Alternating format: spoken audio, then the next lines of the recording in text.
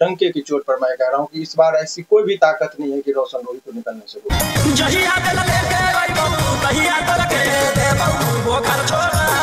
अब कहीं भी कहीं कोई दुविधा नहीं है इस पूरे केस में। और आज भी हम कह रहे हैं, अब जब कभी भी हाई कोर्ट में नेक्स्ट सुनवाई होगी वो उसी दिन जो है सो रोशन रोही जेल के बाहर आ जाएगा। तो अब जो दर्शक उनको देख रहे थे उन लोगों को के लिए खुशखबरी है कि बहुत जल्दी इस बार कोई भी चाल इन लोगों की नहीं चलेगी, कोई भी ताकत इन लोगों की नहीं चलेगी। इस बार समझिए, नहीं कहावत है कि जेल का फाटक टूटेगा और रोशन रोही बाहर छूटेगा, यही सिद्धांत पर अब काम होगा क्योंकि वो सारे चीजों को वो कर लिया है।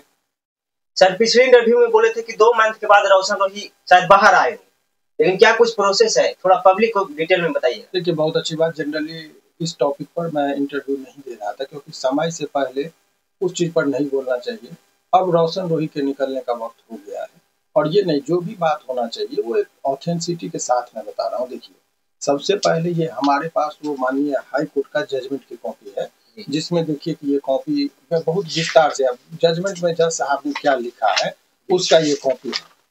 तो ये चीज आप लोगों को दिखा रहे 3-4 पेज में पूरे इस घटना के बारे में माननीय न्यायालय ने एक एक चीज लिखा है, एक एक चीज को जज साहब ने लिखा है कि क्या है इसमें और क्या नहीं है, तमाम तरह का चीजों का। अब जरा आपको बताना चाहते, देखिए ये 21/3/2025 का सबसे लास्ट पैराग्राफ पहले पढ़ाते हैं आप लोगों को, जिसमें माननीय न्यायालय ने क्या कहा। सबसे लास्ट पारा में जज साहब ने बताया है, देखिए पैराग्राफ 9 में इंग्लिश में है, उसका हम दर्शकों के लिए हिंदी ट्रांसलेट भी कर लिए, क्योंकि बहुत सारे दर्शक जो रोशन रोही को चाहने वाले हैं वो लोग हिंदी में समझते, तो हमने खुद से उसको ट्रांसलेट किया है। तो इसमें जो लिखा हुआ है जरा उसको हम पढ़ देते हैं, आप लोग को चाहेंगे कि देखिए पहले तो ये कि क्या 2 महीना में निकलेंगे, तो अब ये आप डंके की चोट पर मैं कह रहा हूँ कि इस बार ऐसी कोई भी ताकत नहीं है कि रोशन रोही को निकलने से रोक सकता है। पहली बात ये। दूसरी बात है कि क्या वो डेट कब पूरा है, तो आपको 2 महीना बोला गया था, पहले इसको पढ़ देते हैं। हाउएवर द पिटिशनर में renew his prayer for bail if the victim is not examined within a period of 2 months. If the victim is examined, the petitioner shall also be liberty to renew the prayer for bail. तो 2 महीना में यदि हो जाता तो बहुत सारी दुविधा थी। इस चीज को हम चाहेंगे कि जो इसका हिंदी रूपांतरण जो है पैराग्राफ 9 का, कि 2 महीना पे क्या बोले थे, देखिए पैराग्राफ 9 का हिंदी रूपांतरण हम चाहेंगे कि कैमरा पर इसको भी आप लीजिए। ये दोनों का इसका एग्जैक्ट हिंदी करके हमने आप लोगों के सामने रखा है ताकि आप इसको पढ़ के दर्शकों को समझा सके। तो हिंदी ये इंग्लिश रूपांतरण है पैराग्राफ 9, और इसमें क्या कहता है वो मैं आपको पढ़ लिखा गया है। तथापि यदि 2 माह के अवधि के भीतर पीड़िता का बयान दर्ज नहीं होता है तो याचिकाकर्ता का मतलब जो ये केस क्या है रोशन रोही, तो याचिकाकर्ता अपनी जमानत की प्रार्थना पुनः प्रस्तुत कर सकता है। तो यानी कि 2 महीने का टाइम दिया गया था और लिखा गया था यदि पीड़िता का बयान दर्ज हो जाता है तब भी याचिकाकर्ता को जमानत की प्रार्थना पुनः प्रस्तुत करने की स्वतंत्रता होगी।